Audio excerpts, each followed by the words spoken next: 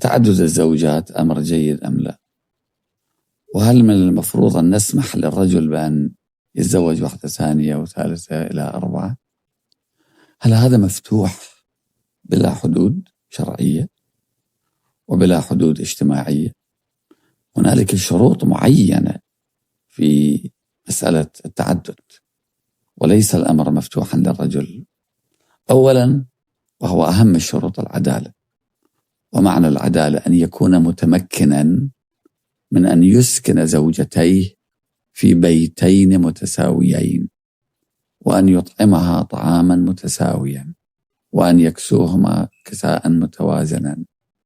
هل هو قادر على أن يمول عائلتين أو مو قادر؟ إذا مو قادر ما يجوز. هذه آية قرآنية شريفة: ولن تعدلوا. الأمر الثاني أن لا يكون إيذاء كبير بالنسبة للزوج. هي تتأذى لأن الله جعل في المرأة غيرة. هذه الغيرة مطلوبة بحدود معينة. تغار على زوجها حتى لا يقع في الحرام، حتى لا يقع في مشاكل، حتى لا يقع في حبيل إبليس فيتغار. يعني إذا كنت أنت مع زوجتك ورحت وجدت بنية تسألك فد سؤال، هي تراقب عيونك، تراقب ملامحك، تقدر بسرعة تكتشف هل ملت إليها أم لا. هاي الغيرة مطلوب، هالمقدار من الغيرة مطلوبة من المرأة، لكن زيادة على ذلك لا. إذا كان الرجل قادر على أن يكون عادلا في كل شيء، في كل شيء، يعني إذا يبات ليلة هنا يبات ليلة ثانية هنا. الإمام علي سلام الله عليه في ذلك الزمن كان طبيعي أن الرجل يتزوج أكثر من واحد. لم يكن يتوضأ في بيت إحدى زوجاته إذا كان الوقت قد حان للزوجة الثانية. ووضوء الإمام علي كان وضوء سريع، غسلتان ومسحتان. هالمقدار ما يظلم حق المرأة. أنت قادر على أن تعيل عائلتين وتكون عادل. لا نتكلم عن العدالة القلبية، لعلك تميل للثانية أكثر من الأولى، وهذا وارد، وإلا ليش تزوجت؟ فأولا أن يكون عادل. ثانيا أن لا يؤدي زواجه إلى إيذاء الزوجة الأولى أو إيذاء أولادها وأولاد منها. أنا شايف جاني فد واحد مرة سألني ليش أنا أتزوج زوجة ثانية؟ قلت له يعيش أولادك أيتام في حياتك، طبيعي راح تهملهم، طبيعي راح تظلم. فإذا أنت غير قادر على أن تكون عادل ليش تورط نفسك؟ خليك ويا هذه الزوجة. تقول أنه عندي رغبة في الثانية والثالثة.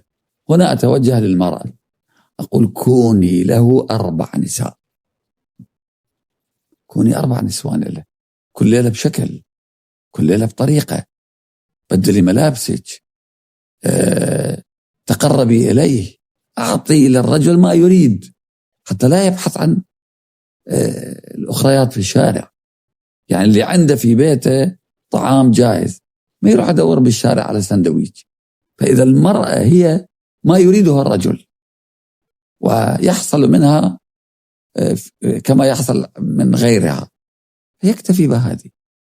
فأصل القضية هل أن الزوجة الثانية والثالثة خيانة؟ من الناحية الشرعية إذا كان بشروط معينة، هي 7 شروط تقريبا حتى واحد يقدر يتزوج واحدة ثانية. إذا كان مستطيع لهذا الشيء هذا ما يعتبر خيانة شرعا، ما يعتبر خيانة، وربما يكون في مصلحة المجتمع إذا استطاعت المرأة أن تصبر على زوجها. ليش؟ نصف زوج أحسن من لا زوج. وهذا كلام أقوله لبعض الأخوات اللي يشتكون أن زوجنا يتزوج علينا. قل ما يخالف، اقبلي به نصف زوج، أفضل من أن تعيشي مطلقة، أفضل من أن تعيشي في هذه الحياة ولا دور لك في هذه الحياة. نصف زوج اقبلي. أنا لم أتزوج زوجة ثانية ولا أبي لم يتزوج زوجة ثانية. بس أجدادك سيدنا، أجدادك يعني، وأجدادك على كل حال أجداد كلنا ربما كانوا يتزوجون. بس أريد أقول لا أشجعه على ذلك.